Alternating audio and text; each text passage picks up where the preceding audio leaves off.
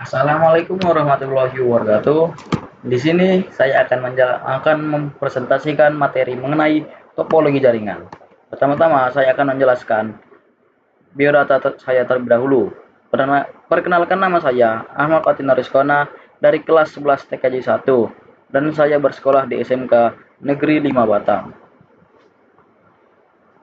Pertama, konsep topologi. Topologi jaringan komputer adalah metode atau cara yang digunakan agar bisa menghubungkan satu komputer dengan komputer lainnya.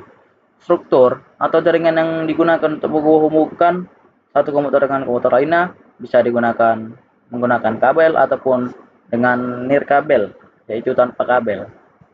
Lalu pengertian topologi. Topologi jaringan adalah desain atau struktur fisik dan logis dari bagaimana perangkat komputer dan peralatan jaringan lainnya dihubungkan dan berinteraksi satu sama lain baik secara fisik maupun logis. Lalu, fungsi topologi.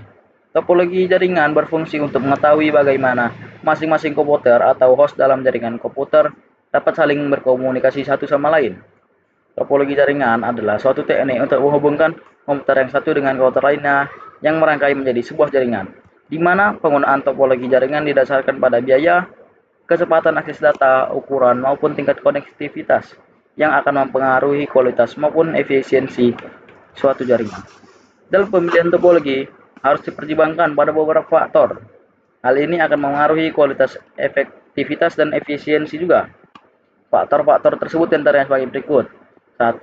Biaya, 2. Kecepatan, 3. Lingkungan, 4. Ukuran, dan yang kelima, konektivitas. Lalu manfaat topologi yaitu 1.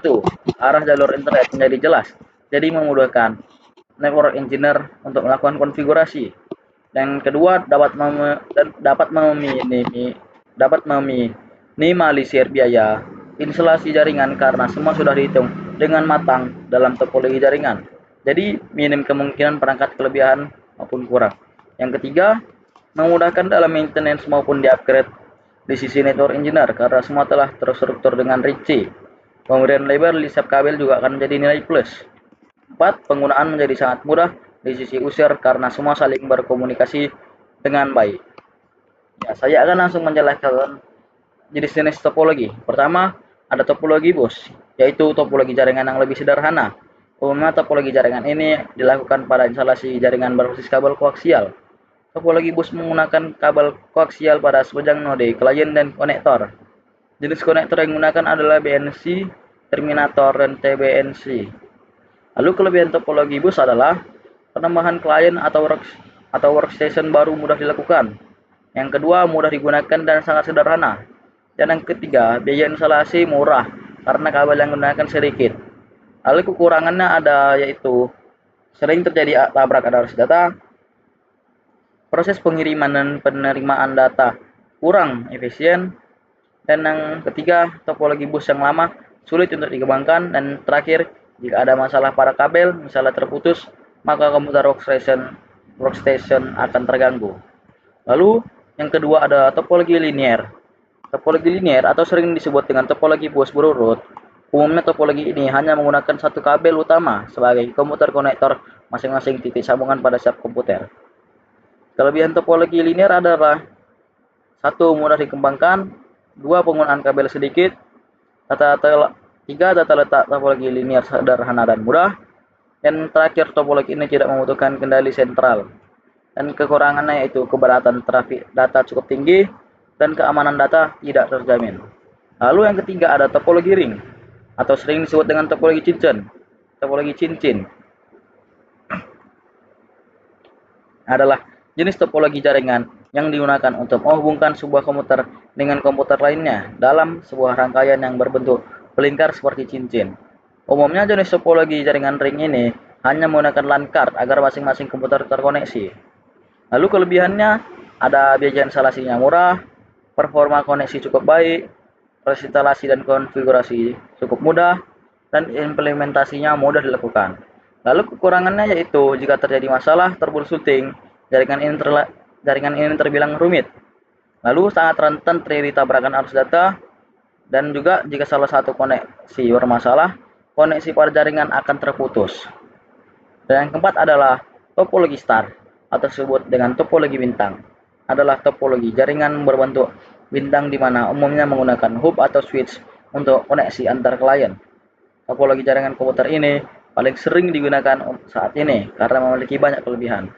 Kelebihannya yaitu jaringan topologi ini tetap berjalan baik meski salah satu komputer klien bermasalah.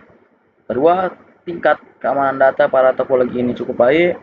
Yang ketiga, user lebih mudah mendeteksi masalah pada jaringan. Dan yang terakhir itu dia lebih fleksibel.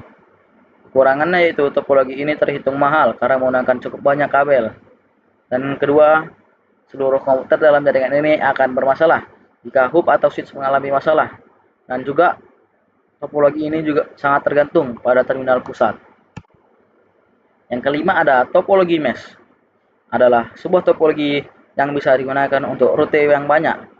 Jaringan topologi ini menggunakan kabel tunggal sehingga proses pengiriman data menjadi lebih cepat tanpa melalui hub atau switch.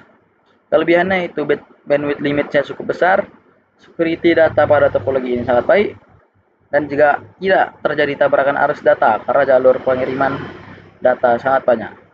Lalu kekurangannya adalah kabel yang dibutuhkan sangat banyak. Biaya instalasinya juga mahal karena menggunakan banyak kabel. Lalu instalasinya sangat rumit. Dan yang keenam ada topologi tree atau topologi pohon. Adalah hasil penggabungan dari topologi bus dan topologi star. Umumnya topologi tree bisa digunakan untuk interkoneksi antara hierarki dengan pusat yang berbeda-beda. Kelebihannya yaitu dapat dan mudah dikembangkan menjadi topologi jaringan yang lebih luas. Lalu, susunan topologi ini terpusat secara hierarki sehingga pengaturan data menjadi lebih mudah. Lalu kekurangannya memiliki kinerja jaringan yang lambat, penggunaan kabel yang sangat banyak, sehingga biaya instalasinya mahal. Lalu, kabel backbone merupakan sentral dari topologi ini.